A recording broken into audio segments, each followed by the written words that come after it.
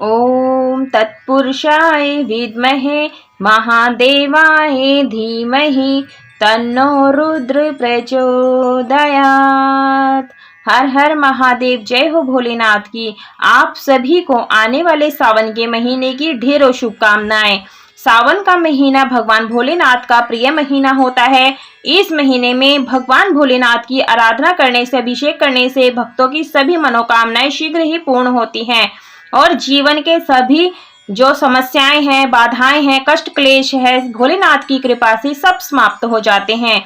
सावन का जो पूरा महीना होता है बहुत ही ज्यादा शुभ और मंगलकारी और पावन महीना माना जाता है। तो देखिए हम घर से निकल गए हैं और आप देखिए सावन का महीना शुरू हो रहा है, तो आप कोशिश करें हरे रंग के वस्त्र पहन करके 16 श्रृंगार करके आप इस पूजन को करें। अब आ गए हैं हम अपने मंदिर में। मंदिर में आने से पहले आप दहलीज को माथे से टीका 3 बार आचमन कर ले, यानी छू ले।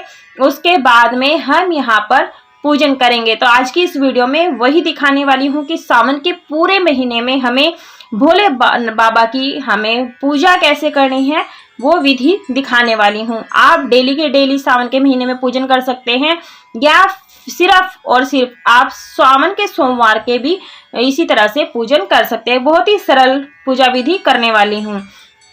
तो देखिए भक्तों, यदि आप कोई भी व्रत शुरू करना चाहते हैं इस महीने में आप शुरू कर सकते हैं। जैसे कि आप 16 सोमवार के व्रत करना चाहते हैं, सोमवार के व्रत करना चाहते हैं, प्रदोष के या पशुपतिनाथ के व्रत शुरू करना चाहते हैं, मासिक शिवरात्रि का व्रत आप करना चाहते हैं, तो आपको शिव जी का व्रत या फिर किसी अन्य देवी देवताओं का व्रत आप शुरू कर सकते हैं। क्योंकि सावन का पूरा महीना बहुत ही पावन माना जाता है।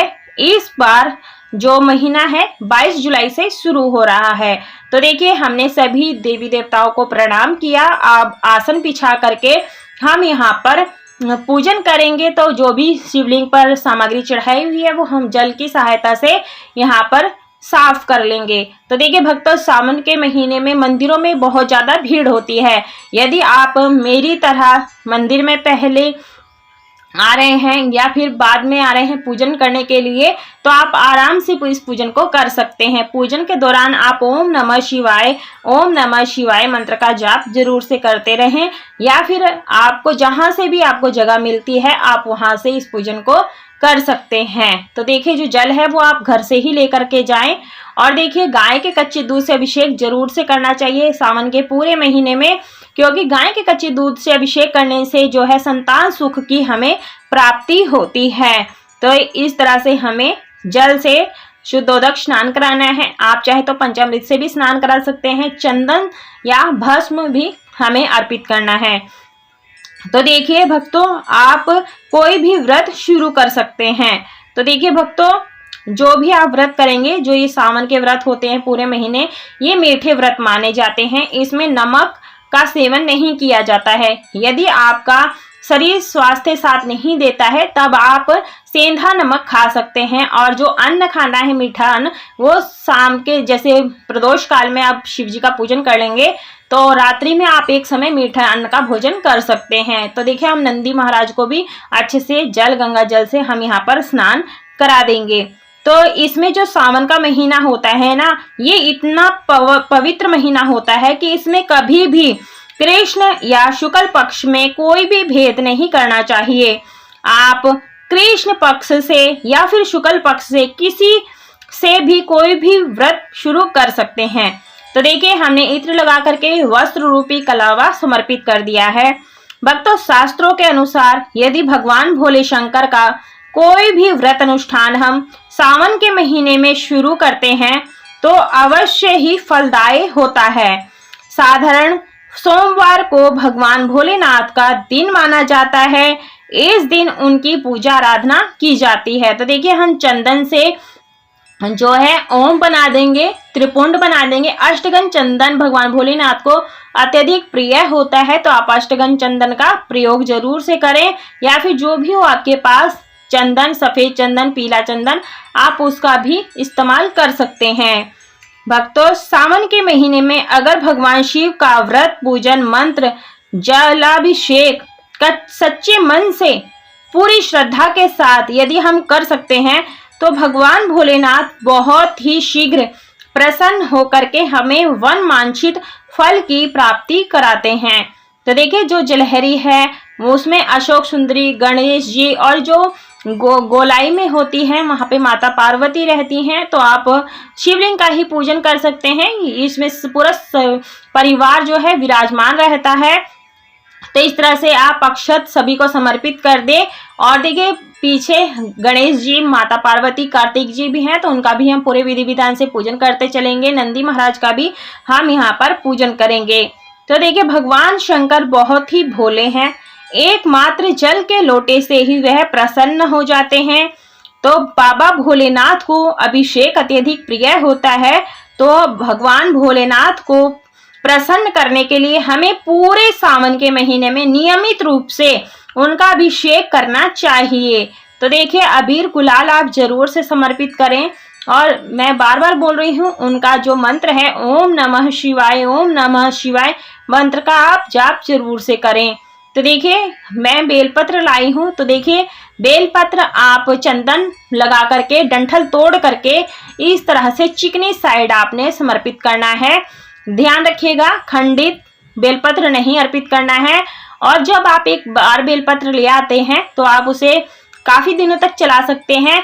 देखिए बेलपत्र कभी बासी नहीं होता है, तो आप 5-6 बार पूजा में यूज कर सकते हैं। तो इसी प्रकार से हमें पूजन करना है। आप अपनी सुविधा के अनुसार घर पर भी कर सकते हैं या फिर आप चाहें तो शिवालय में जा करके भी कर सकते हैं। वैसे जो सावन का महीना होता है ना, वो इतना विशेष होता है, तो इसमें हमें अवश्य ही शिवालय में जाना चाहिए। हो सके तो रोज हम इस शिवालय में जाना चाहिए। तो हमें सावन के पूरे महीने में एक समय या दोनों समय हमें भगवान भोलेनाथ जी का पूरे विधि विधान से पूजन करना चाहिए और रोज शिवालय में जाकर के जल चढ़ाना चाहिए।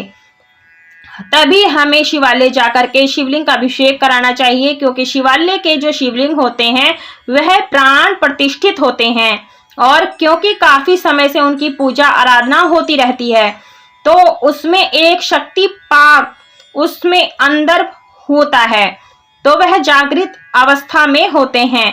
तो शिवलिंग को तो हमें उनका विशेष रूप से अभिषेक करना चाहिए। धूप दीप दिखा देंगे। भक्तों सावन के महीने में हमें तन मन वचन कर्म से एकदम से शुद्ध सात्विक रहना चाहिए। यदि आप व्रत भी नहीं कर पा रहे हैं तो पूर्णतः सात्विकता का हमें ध्यान रखना चाहिए और आप ये अभिषेक अवश्य रूप से करना चाहिए। जल गंगा जल से आप कर सकते हैं। तो देखिए हमने यहाँ पर दीपक जला दिया है। भोग प्रसाद में आप चीनी, बताशा, मिश्री, गुलदाना कुछ भी मीठे में आप चढ़ा सकते हैं, फल चढ़ा सकते हैं। तो जो भी आप सामग्री घर से लेकर जाएं, आप उसी सामग्री से आप पूजन करें। आप बाहर से कुछ भी किसी से नहीं मांगना है, क्योंकि मांगी हुई चीज कभी फलदायी नहीं होती है। जिससे हम मांगते हैं उसी का ही भाग में पूजा जाती है। तो आप माचिस तक अपने साथ लेकर के जाएं। तो इस तरह से हम कपूर से आरती कर लेंगे भक्तों। तो इस तरह से जो हमारी पूजा है संपूर्ण हो जाती है। आरती को ठंडा कर लेंगे और इससे जो भगवान हमारी मनोकामना शीघ्र ही पूरी करते हैं। संतान के लिए सुख की वृद्धि होती है और जो भी दोष से होते हैं उससे भी मुक्ति होती है। तो आप तरह तरह से भी अभिषेक करा सकते हैं। दूध, दही, शहद, शक्कर, घी आदि से भी कर सकते हैं। क्षमा प्रार्थना जरूर से मांग लें, दक्षिणा जरूर से रखें और जो आसन है उसके नीचे जल छिड़क करके मस्तक से जरूर लगाएं। जो हमने जल लिया है इसे क्या करना है ये मैं आगे वीडियो में बताऊंगी। तो ऐसे ही हमारी पूजा संपूर्ण हो जाती है। और देखिए हम यहाँ पर चलते हैं। तो देखिए जब हम चलते हैं ना, तो भगवान की जो दहलीज होती है उसे जरूर से छू लें, आचमन कर लें। तो देखिए मेरी यहाँ पूजा हो गई है और इस तरह से मैं यहाँ पर कुर्सी भी लगी हुई है। तो यहाँ पर आप देख सभी बेलपत्र जो वृक्ष होता है उसके आप दर्शन कर लीजिए। दर्शन मात्र से ही हमारे सभी दुख दूर हो जाते हैं। तो बेलपत्र का दर्शन आप जरूर से करें। और मैं ये कहना चाहती हूँ कि आप जब पूजन कर लें तो आप जल्दबाजी में घर ना जाएं, कुछ देर रह करके भगवान की तरफ देखें, भगवान को अपने मन मंदिर में बिठाएं और आंखें बंद करके थोड़ी देर यहाँ पर बैठें, जाप कर सकते हैं। जैसी जाप पूरी हो जाती है उसके बाद में हम यहाँ से चलेंगे। तो चलिए, जो ये जल है इसका हम आगे दिखाते हैं कि क्या कर सकते हैं। तो भक्तों, आप ये पूजन बहुत ही सरल विधि से पूरे महीने में, सावन के महीने में इस तरह से कर सकते हैं। तो ये जो मैंने बताया है ये बहुत ही सरल पूजा विधि करके दिखाई है। तो आप अपने, जैसे हम घर पर आ गए हैं तो घर पर आने के बाद में आप अपनी चप्पल निकाल दें और जो ये जल लेकर आए थे घर की दहलीज पर थोड़ा थोड़ा हम डाल देंगे। तो जो ये जल होता है बहुत ही पवित्र जल होता है, इसे इधर उधर नहीं फेंकना होता है, इसमें भगवान भोलेनाथ जी का आशीर्वाद होता है। तो जो जल बच जाता है इसे पूरे घर में छिटक देना है, बाथरूम को छोड़ करके। आई होप आपको यह पूजा विधि पसंद आई। वीडियो पसंद आई, वीडियो को लाइक शेयर सब्सक्राइब जरूर करें, कमेंट में राधे राधे।